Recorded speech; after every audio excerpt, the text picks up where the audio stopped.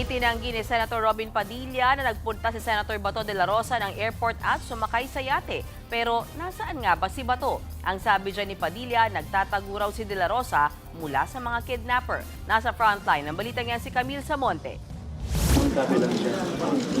Sinagot na ng Office of the Solicitor General ang hiling na urgent petition ni Senator Bato de la Rosa para sa Temporary Restraining Order o TRO laban sa arrest warrant sa kanya ng International Criminal Court o ICC. Hiniling ng Solicitor General sa korte na ibasura o wag pagbigyan ng urgent manifestation ni de la Rosa. Kulang daw kasi ito sa merito. Consistent din daw ang galawang pugante ni Senator Bato.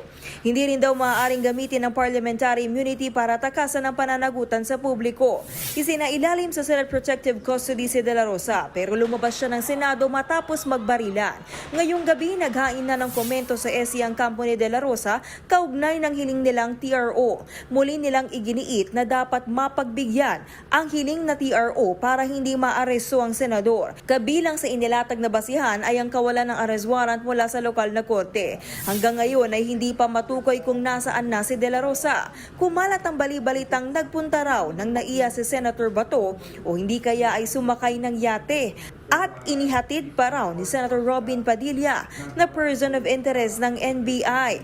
Pero nilinaw yan ni Padilla. Were you spotted with Senator Bato? Ay, sa airport. Ay, siguro naman po, walang sense naman yun. Bakit naman kami magpapakita sa airport pa? Pero nasa Davao siya? Ngayon? Naku, di ko alam. Kumpiyansa si Padilla na hindi raw magagawa ni Bato na lumabas ng bansa. Hindi gagawin ni Bato. Bakit, sir? Mahal niya Pilipinas. Pero kung kumpiyansa pala si Bato na walang lehitimong arrest warrant laban sa kanya, bakit pa siya umalis ng Senado? Sabi dyan ni Padilla. Sa kidnapper. Oh, nagpapakita sa kidnapper. Ayaw mo na yung mga lawyer maglaban-laban dyan. Basta ako, si Bato, ayaw niyang makidnap. Nang tanungin ng kaalyado niyang si Attorney Jimmy Bondo. Wala po. That is very sincere. Sana po maniwala ang inyong mga taga-sunod na hindi po talaga we did not know when he was coming in and we did not know that he was leaving. Tandaan po nyo na military strategist si Bato at sanay po siya na gumawa ng mga bagay na alinsunod sa kanyang mga personal lamang na estratehiya.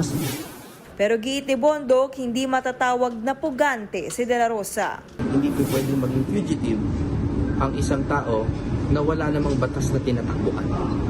Dahil wala namang batas, wala namang warrant at wala namang local charge sa kanya.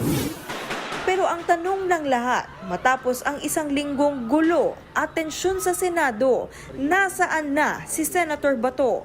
Pero kahit abogado niya, walang sagot dito.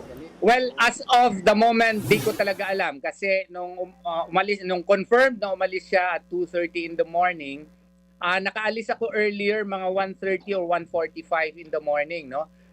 Di kami nakapag-usap na meron siyang plano na ganun.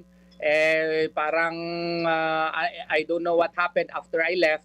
So, nung dumating nga ako mga 9 o'clock in the morning, I really had no idea na wala na pala siya dun sa Senado.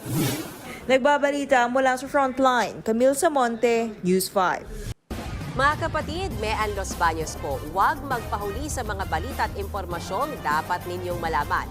Para sa mas malawak na balitaan at diskusyon, mag-follow at mag-subscribe na sa social media pages ng News 5.